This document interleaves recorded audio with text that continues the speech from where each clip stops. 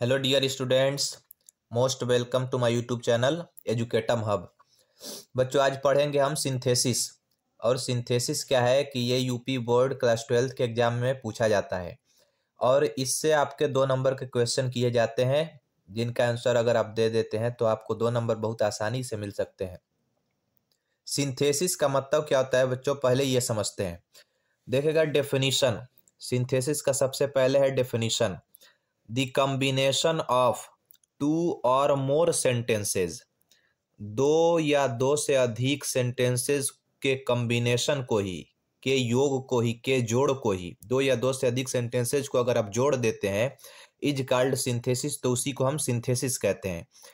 दूसरा डेफिनेशन क्या है कि सिंथेसिस मीन्स, कि सिंथेसिस का अर्थ होता है to make a new sentence, एक नया सेंटेंस बनाना, by adding two or more sentences, दो या दो से अधिक सेंटेंसेज को जोड़ते हुए, दो या दो से अधिक सेंटेंसेज को जोड़ते हुए एक नया सेंटेंस बनाना ही सिंथेसिस होता है। ये तो रहा डेफिनेशन, और डेफिनेशन को बहुत अच्छे से समझने के लिए कुछ एग्जाम्पल चाहिए होते हैं। एग्जाम्पल क्या है, देखिए सेपरेट, सेपरेट मतलब अलग अलग, अलग अलग सेंटेंसेस दिए जाएंगे, आपको उनका कंबाइन करना पड़ेगा, जोड़ना पड़ेगा। तो सेपरेट क्या है कि आई मेट ए बॉय, मैं एक लड़के से मिला, ही वॉज इंटेलिजेंट। तो यहाँ पर देखिए दो अलग अलग सेंटेंसेज है, एक सेंटेंस है आई मेट ए बॉय और दूसरा सेंटेंस है ही वॉज इंटेलिजेंट। अगर हमको कह दिया जाए कि इनको जोड़ करके एक सेंटेंस बनाइए तो कंबाइन करेंगे I met an intelligent boy, कि मैं एक बुद्धिमान लड़के से मिला। ऊपर भी कह रहा था कि मैं एक लड़के से मिला और वो लड़का बुद्धिमान था, तो हम डायरेक्ट कह सकते हैं कि मैं एक बुद्धिमान लड़के से मिला। दूसरा सेंटेंस है सेपरेट का, अलग अलग दिया गया कि ही सोल्ड ए चेयर, उसने एक कुर्सी बेची, द चेयर वाज ब्रोकन, और वो कुर्सी कैसी थी तो टूटी हुई। तो उसका कंबाइन फर्स्ट, ही सोल्ड ए ब्रोकन चेयर, उसने एक टूटी हुई कुर्सी बेच दी। और दूसरा कंबाइन हो जाएगा ही सोल्ड ए चेयर, उसने एक कुर्सी बेची, विच वाज ब्रोकन, विच मतलब होता है जो, ये रिलेटिव प्रोनाउन होता है बच्चों। विच का मतलब होता है जो कि नॉन लिविंग के लिए लगता है।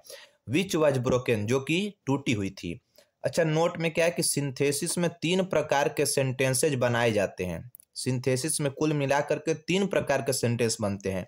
कोई पूछे आपसे कि सिंथेसिस में कितने प्रकार के सेंटेंसेज को कंबाइन करके तैयार किया जाता है, तो आप बताएंगे 3। पहले पर सिंपल सेंटेंस, दूसरे पर कंपाउंड सेंटेंस और तीसरे पर है कॉम्प्लेक्स सेंटेंस।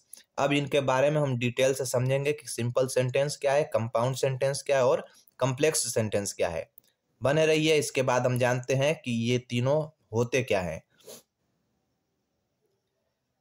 हाँ देखिए बच्चों, पहले पर आ जाएगा सिंपल सेंटेंस। सिंपल सेंटेंस किसे कहते हैं समझिएगा। ए सेंटेंस, एक ऐसा सेंटेंस, एक ऐसा वाक्य, दैट कंटेंस, जो कि शामिल करता है, सिंगल सब्जेक्ट, केवल एक ही सब्जेक्ट को, एंड सिंगल प्रेडिकेट, और केवल एक ही प्रेडिकेट को। ऐसा सेंटेंस जिसमें सिर्फ एक सब्जेक्ट आए और एक प्रेडिकेट आए। प्रेडिकेट किसे कहते हैं, सब्जेक्ट को छोड़ करके सेंटेंस का जो कुछ हिस्सा बच जाता है उसको प्रेडिकेट कहते हैं।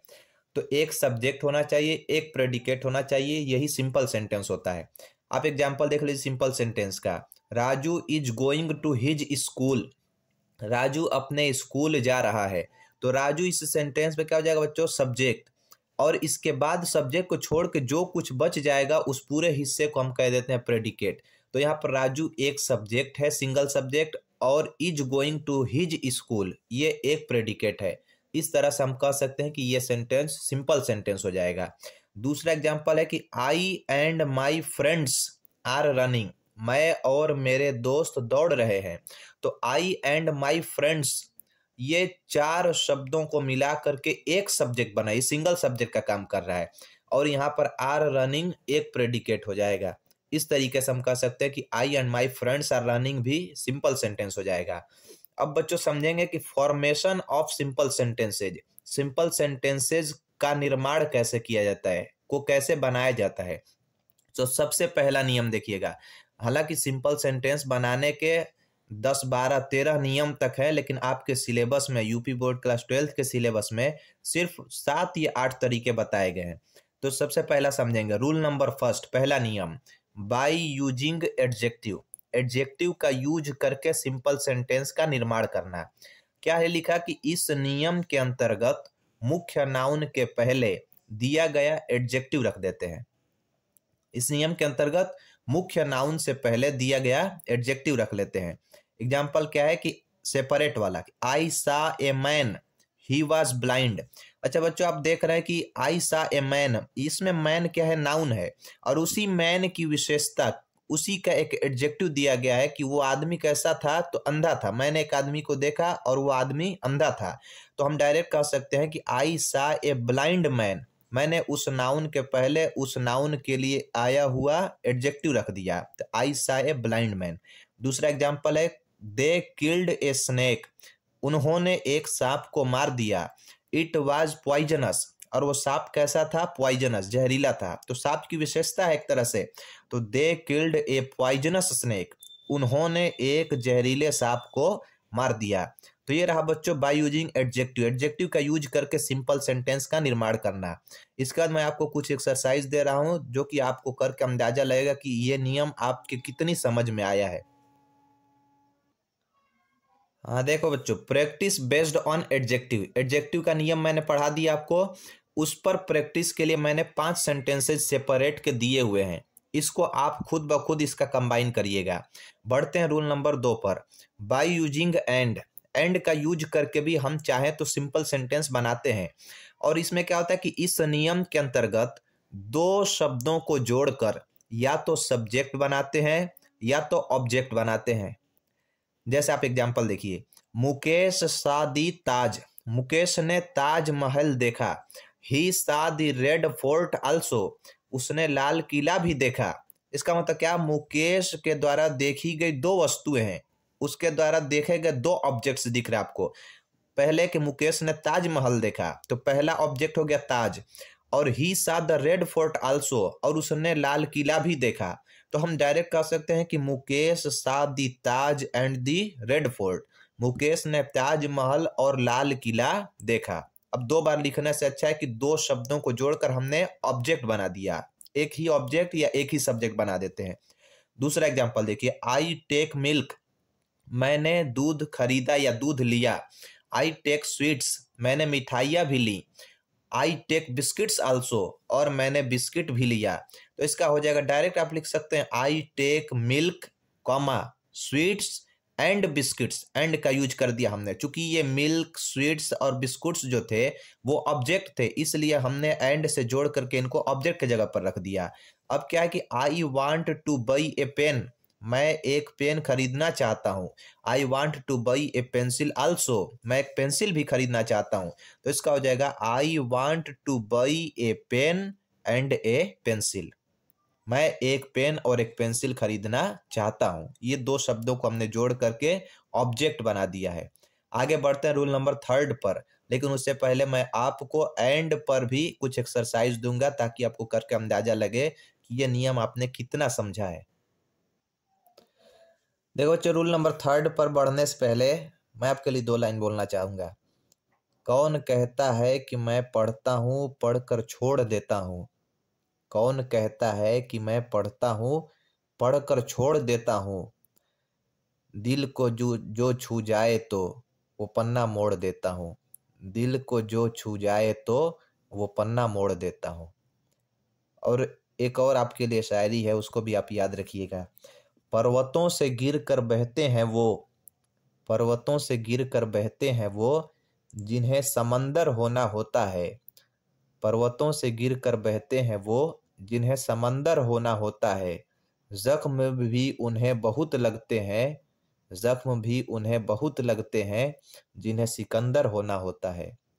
बढ़ते हैं रूल नंबर 3 पर।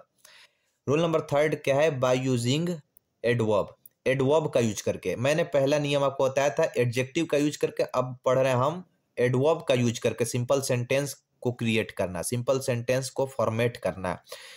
इस नियम के अंतर्गत दिए गए एडजेक्टिव को एडवर्ब में बदल देते हैं तथा उचित स्थान पर रख देते हैं। अच्छा, इसलिए मैंने आपके लिए कुछ एडजेक्टिव और उसके द्वारा बना हुआ एडवर्ब मैंने लिख दिया। सर्टेन, सर्टेन मतलब होता है निश्चित, तो इसका एडवर्ब हो जाएगा certainly. Sure, surely.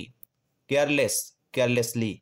Careful carefully, slow slowly, happy happily. अब एग्जाम्पल देख लेंगे आप।